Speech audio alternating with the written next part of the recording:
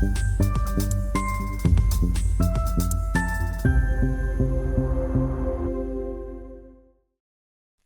everyone. Welcome back to the English Conversation Podcast.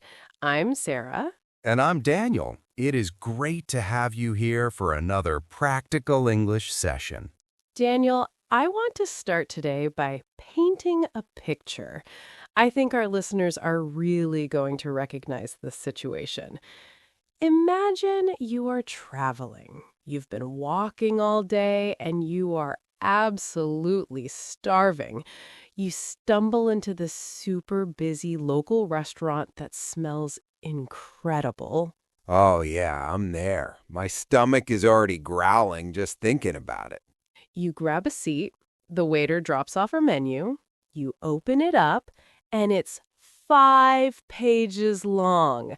Tiny text, completely in English. And suddenly, total panic sets in. I know that feeling so well. It's menu paralysis. Your brain just locks up. Exactly. You see the waiter walking toward your table to take the order, and you realize you have no idea what to say. You don't want to just point at a picture and grunt like a caveman. You want to sound capable and natural. But because of the nerves, you end up panic ordering the safest thing you recognize, like plain chicken nuggets, just because it's easy to pronounce. We have all done it. But food is supposed to be joyful. It's a massive part of the cultural experience. It really shouldn't be a source of extreme stress. Absolutely. Especially right now. We live in such a huge foodie culture. Everyone loves exploring new cuisines, trying weird ingredients, and posting their meals on Instagram. You don't want a language barrier to stop you from participating in all that fun. That is our mission today. We want to take that restaurant anxiety away and replace it with actual confidence. Speaking of foodie culture, Sarah, have you managed to eat out anywhere interesting lately? Ah, nice subtle lesson drop there. Our first phrasal verb today, to eat out, meaning simply to eat at a restaurant rather than cooking at home. Exactly. As a matter of fact, yes. Just last night, I hit up this incredible new taco truck downtown.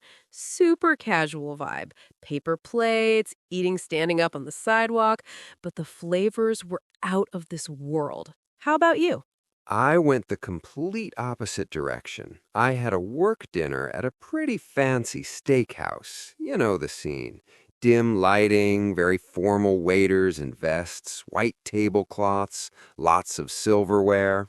Okay, that is actually perfect.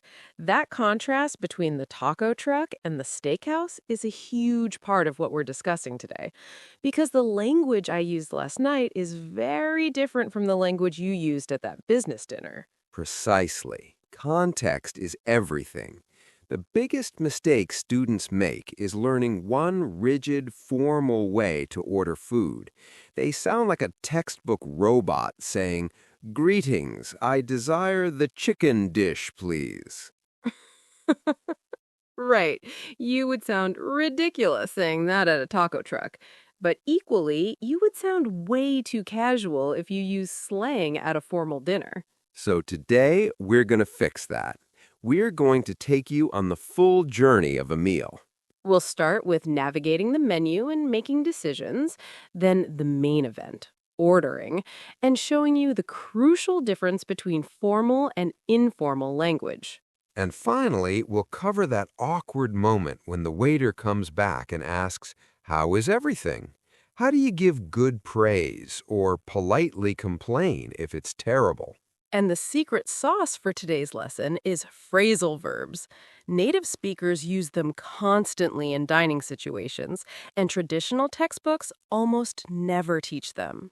By the end of this video, you won't just be ordering food, you'll be sounding like a local while you do it. Are you ready to get hungry? Let's jump in. Okay, let's rewind the tape a little bit. Before you are even sitting in the restaurant, sweating over the menu, you have to make the initial decision. Right. It's 6 p.m., you just got home from work, you're exhausted, and the fridge is empty. What do you do? This brings us to a very important distinction in English. We have two main options for getting restaurant food without actually eating at the restaurant. Option 1. You don't want to move from the couch. You want the food to come to you. We call this ordering in. To order in. This is the phrasal verb for getting delivery. I'm too tired to cook. Let's just order in pizza tonight. You'll hear this constantly. But then there is option 2. You order the food, but you go to the restaurant yourself to get it and bring it home. We call this picking up food, or sometimes getting takeout or takeaway. You might say to your partner, "Can you pick up some Thai food on your way home from work?" So you have eating out, ordering in, and picking up. 3 crucial phrasal verbs just for deciding how to eat. Okay, let's assume you have decided to eat out. You have arrived at the restaurant. First hurdle, getting a table. If it's a Saturday night and a popular place, you hopefully made a reservation. If you didn't, you are what we call a walk-in.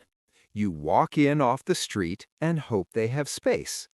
The host says, "Right this way," and leads you to your table. You sit down. And then they hand you the menu of doom. The source of all anxiety. This is where students often freeze up. The waiter will usually ask a question like, "Are you ready to order?" Or, "Do you know what you'd like?" If you are panicked, you might just say no, which is a bit blunt. Instead, you need a fantastic phrasal verb that buys you time. You need to look over the menu. To look over. It means to examine something quickly, to browse it. It sounds much more natural than saying, "I need to read the menu." So when the waiter asks if you are ready, you smile and say, "Not yet. Could we have a few more minutes to look over the menu, please?" It's polite, it's natural, and it gives you room to breathe. Now, I have a pro tip for this moment. If you are really hungry and the menu is huge, don't try to decide on your main meal instantly. That is great advice. It's too much pressure. Exactly. Instead, just order an appetizer, a starter, to buy yourself more time. And the perfect phrasal verb for this is to start off with something. So the waiter comes over, you are not ready for the main course, but you know you want nachos. You say, "We're still deciding on mains, but could we start off with the nachos to share, please?" Brilliant! The waiter goes away, you get some food in your stomach, and you can relax while you decide on the main event. Okay, the nachos are on their way. We are looking over the menu. Now comes the actual moment of ordering the main meal. And this, Daniel, is where tone is everything. You do not want to sound like you are ordering at a 5-star restaurant when you are at a burger joint. Okay, we have munched on our appetizers, the nachos are gone, we have looked over the menu 5 times. Now, the waiter is coming back. It is the moment of truth. The main event, ordering the actual meal. Daniel, this is where we need to pause and talk about something absolutely crucial: context and tone. This is the biggest trap for English learners. Many textbooks teach you one single, very polite way to ask for things. Usually something like, "Excuse me, I would like to have the chicken." Which is grammatically perfect. It is. But if you walk into a loud, busy burger joint where the waiter's rushing around in a t-shirt and you say, "Hello, good sir, I desire the cheeseburger preparation, please," you are going to sound unbelievably weird. Exactly. You sound like a robot from the 1950s. You are too formal for the situation. Conversely, if you are at a black tie business dinner, you don't want to look at the waiter and say, "Yo, give me the steak." That is too rude. So, you need to match your language to the restaurant. Let's look at scenario A first, the casual joint. Think cafes, pubs, diners, fast casual places. The vibe is relaxed, speed is important. In these situations, you want to be direct, fast, and friendly. You don't need lots of "would you mind" or "could I possibly." Sarah, hit me with some natural, casual ordering phrases. Okay. The most common ones you will hear Americans use are very direct. Number one, can I get? Can I get the chicken sandwich? Number two, I'll take. Yeah, I'll take the pepperoni pizza. And the super casual one, often used at counters, let me get. Hi, let me get a latte and a muffin, please. Notice how fast those are. Can I get? I'll take. Let me get. They get straight to the point. Now, Sarah, often when we are looking at a casual menu, we're debating between two things. Do I want the burger or do I want the wings? And then you make your final decision. We have a fantastic phrasal verb for that specific moment of choosing. The phrasal verb is to go with something. It means to select or choose one option over others. It sounds so natural. So the waiter comes up. Are you guys ready? You look at your friend and say, you know what? Everything looks good, but I think I'm going to go with the bacon cheeseburger today. Perfect. I'll go with the cheeseburger. It implies you considered other options, but this is your final choice. Okay, let's shift gears. Let's put on our nice clothes. Scenario B, the nice restaurant. Date night, an anniversary dinner, or a meeting with your boss. The lighting is dim, there are tablecloths, the waiters are dressed nicely. Here, let me get the steak is too aggressive. We need to soften our language using modals.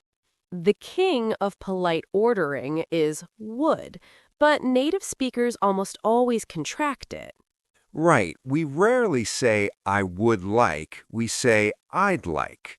So, yes, I'd like the roasted salmon, please. It's soft, it's professional. You can also use could. Could I have the filet mignon, please? And if it's super, super fancy, like meeting the queen fancy, you might use may I have. But honestly, I'd like and could I have are usually enough.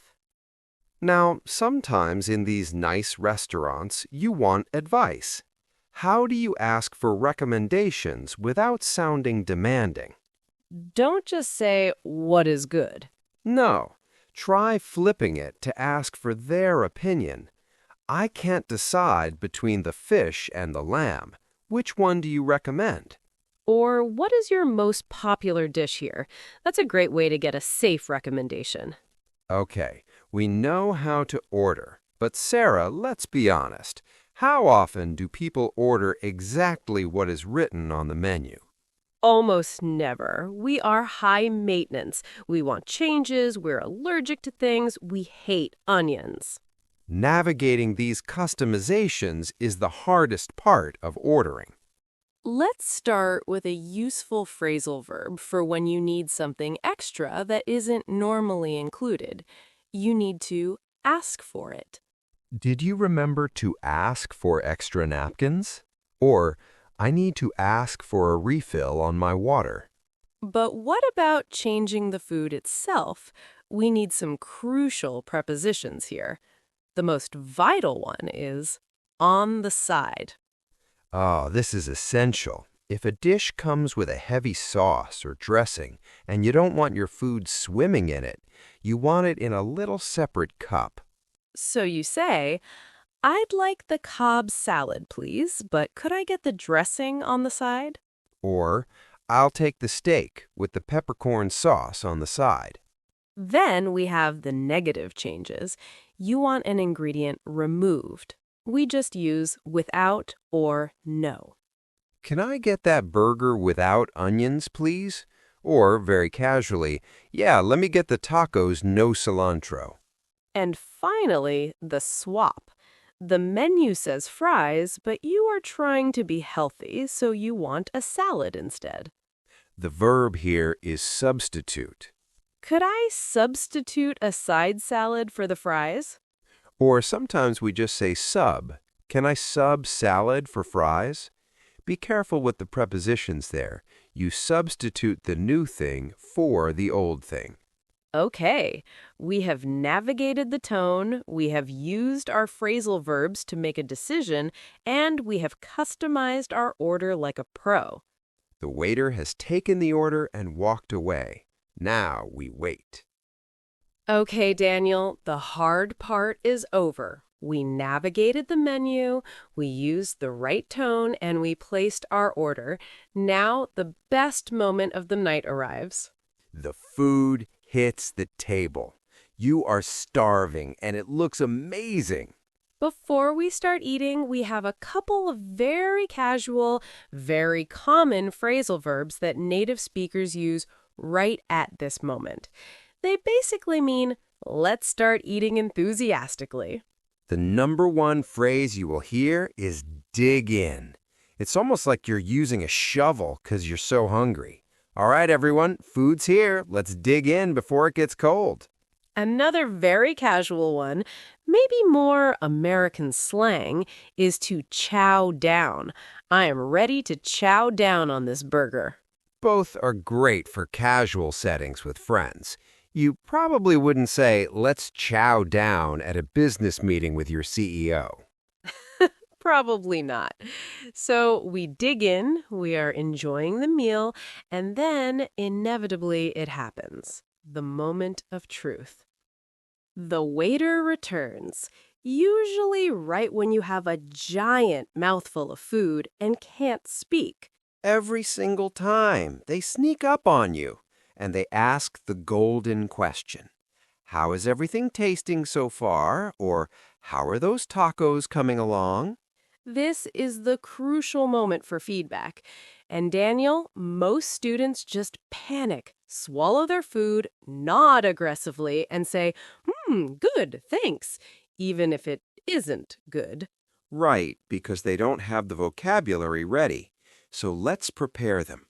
First, let's assume the food is actually fantastic. How do we move beyond just saying, it's delicious? We need stronger adjectives. If you are eating a curry or a stew, don't just say it's nice. Say it's flavorful or rich. If you're eating ingredients that taste like they were just picked from a garden, use fresh. This salad is incredibly fresh. And we have some great idioms for positive feedback, too. Daniel, what do you say when a meal is exactly what you wanted and makes you feel satisfied? I say it really hits the spot. That's a great one. I was craving pizza all day, and this really hits the spot. And what if it's the best thing you've ever eaten? You want to use hyperbole, exaggeration. You can say it's to die for. You have to try this cheesecake. It's to die for. Now, please remember, this is figurative. You don't actually want to die. It just means it's amazingly good. Okay, so positive feedback is easy. You just smile and use nice words. But now we have to move to the dark side. Negative feedback. The food is bad. It's cold. It's the wrong order. This is terrifying for language learners. You don't want to make a scene. You don't want to be rude. The golden rule here is the waiter is usually not the chef. It's rarely their fault, so you must be polite to the person, even if you are complaining about the food. Exactly.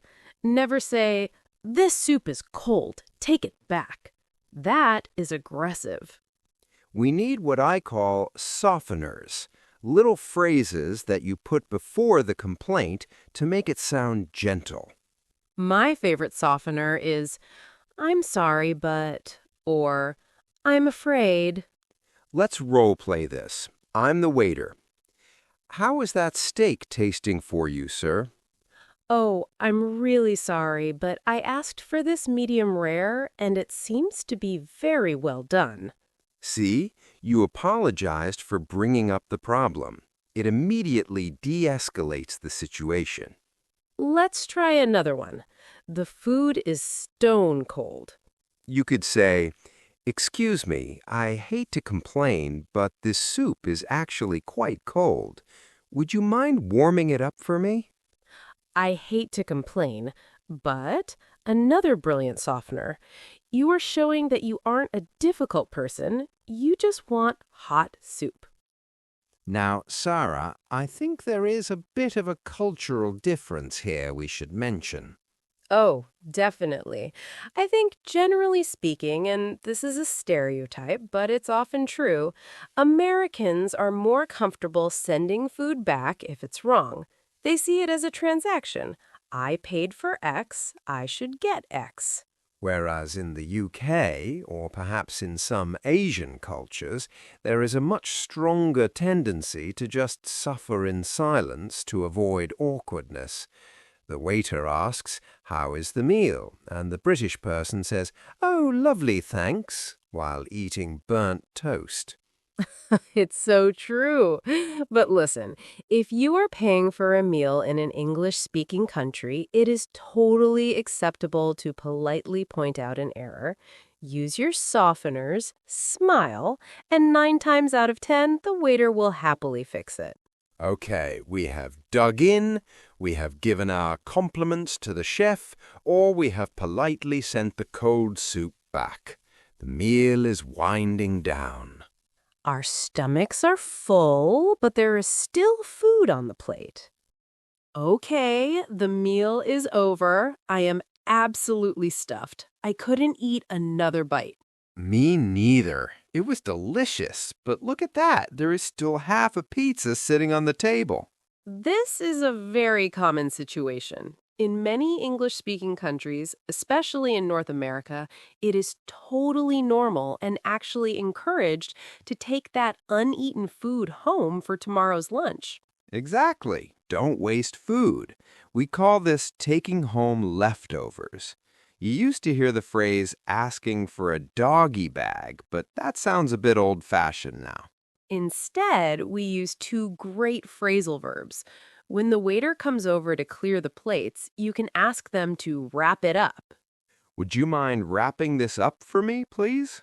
Or, because they often put the food into a little cardboard container, you can ask to have it boxed up. I think I'm going to get the rest of this lasagna boxed up to go. It's perfectly polite. Okay, we have our leftovers in hand. Now it's time for the painful part, paying. We need that little piece of paper with the total amount on it. And Sarah, this is a major dialect difference depending on where you are traveling. Huge difference. If you're sitting in a restaurant in the United States, you ask for the check. CHECK. But if you are in the UK, Australia, or pretty much anywhere else in the English-speaking world, you ask for the bill.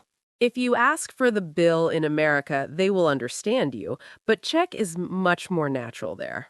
To ask verbally, just use your polite modals again. "Excuse me, could we get the check, please?" Or, "We're ready for the bill when you are."